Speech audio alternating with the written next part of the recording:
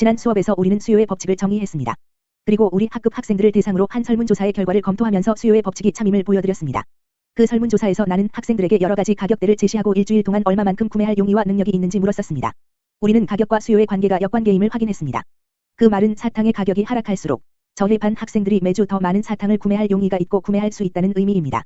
이번 강의에서는 어떤 재화에 대한 수요량의 변화와 그 재화에 대한 수요의 변화를 구별할 것입니다. 수업 안내를 위해 사탕의 예제를 계속 다루겠습니다. 첫걸음으로 이 그래프의 가격과 수량을 추가합니다. 그리고 사탕의 가격이 변함에 따라 어떤 일이 벌어질지 이야기합니다. 가격 P가 있다고 칩시다. P1이라고 칭하겠습니다. 우리 학생들은 매주, 규일, 단위의 사탕을 구매할 용의가 있습니다. 사탕 수요량의 변동 원인은 무엇입니까? 여기에 세로축에 표시된 개별 가격에 조응하는 수요량을 나타내는 수요 곡선이 있으므로 매우 간단합니다. 우리가 변화를 줘야 하는 것은 가격 그 자체입니다. 예를 들어 가격이 P2로 떨어지면 수요량이 증가한다는 것을 알 수 있습니다. 무슨 말인지 유의하세요. 내가 수요가 아닌 수요량이라고 말하고 있습니다. 일부러 그러는 겁니다. 실제로 재화에 대한 수요량의 변화와 그 재화에 대한 수요의 변화 사이에는 큰 차이가 있습니다.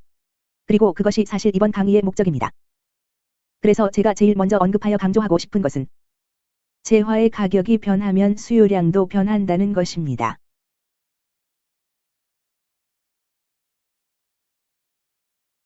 저는 여기서 매우 의도적으로 수요량이라는 용어를 사용하고 있습니다.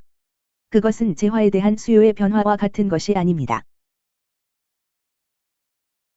가격과 수요량은 서로 역관계입니다. 하지만 가격 이외의 다른 것이 바뀌면 수요 자체가 변합니다. 수요의 변화를 유발할 수 있는 요인에 대해 알아보기 전에 사탕의 수요 변화가 어떤 모습일지 도식화해 보겠습니다. 여기에서 우리의 원래 수요 곡선은 그냥 수요라고 표시하고 검은색으로 그려져 있는데 이 수요 곡선은 68명의 우리 학생이 일주일 동안 제시된 여러 가지 가격대로 구매할 용의와 능력이 있는 수요량을 나타냅니다. 그러나 사탕 수요의 변화는 수요 곡선의 이동으로 설명됩니다. 먼저 새로운 파란색 수요 곡선을 그린 뒤 이것을 D이라고 부르겠습니다. 보시다시피 D2는 검은색 D1 곡선의 오른쪽에 있습니다. 그게 무슨 의미일까요? 그것이 의미하는 바는 P1과 P2를 포함한 모든 가격에서 학생들이 요구하는 사탕 수요량이 증가했다는 것입니다.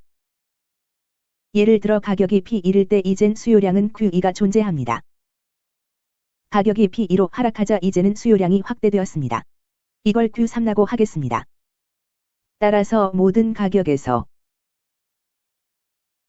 이제 더 많은 수요량이 존재합니다. 이것은 수요가 증가할 때 일어나는 일입니다. 사탕에 대한 수요가 실제로 증가했습니다. 가격이 지금 그대로 유지되더라도 예를 들어 가격 P1에서 이제 수요량은 확대되었습니다. 이렇게 수요량의 증가와 수요 자체의 증가는 서로 구별됩니다. 수요 곡선이 이동했다면 수요의 변화가 생긴 것입니다. 우향 이동은 수요의 증가입니다. 저향 이동 또는 내향 이동은 수요의 감소입니다. 이제 이 그래프에서 수요 감소를 시연하겠습니다. 따라서 사탕 가격 이외의 다른 것이 수요의 감소 원인이라면 우리가 보게 될 것은 수요 곡선의 저향 이동입니다. 이 곡선의 D3라는 라벨을 지정합니다. 수요 감소는 무엇을 의미합니까? 이는 P1과 P2 등 모든 가격에서 수요량이 감소했다는 뜻입니다. 이제 P1에서 수요량이 감소했음을 알 수 있습니다. 이것을 Q0이라고 하겠습니다. P2에서도 수요량이 감소했습니다. 그걸 Q4라고 부르겠습니다. 수요가 감소하자 모든 가격에서 소비자들의 사탕 수요량이 감소했습니다. 따라서 수요가 증가하면 모든 가격에서 사탕 수요량이 전보다 증가하게 됩니다. 그리고 수요가 감소하면 모든 가격에서 사탕 수요량이 전보다 감소합니다. 그것은 가격 자체가 바뀔 때 발생하는 수요량의 변화와 구별됩니다. 원래의 수요 곡선인 검은색 곡선을 다시 보면 우리는 가격의 변화로 인해 동일한 수요 곡선을 따라가는 움직임이 발생함을 보았습니다. 그러나 D2와 D3의 경우 가격 이외에 다른 것이 변화하여 수요 곡선 전체가 이동했습니다. 모든 가격에서 소비자의 수요량은 D2의 경우는 증가했고 D3의 경우는 감소했습니다.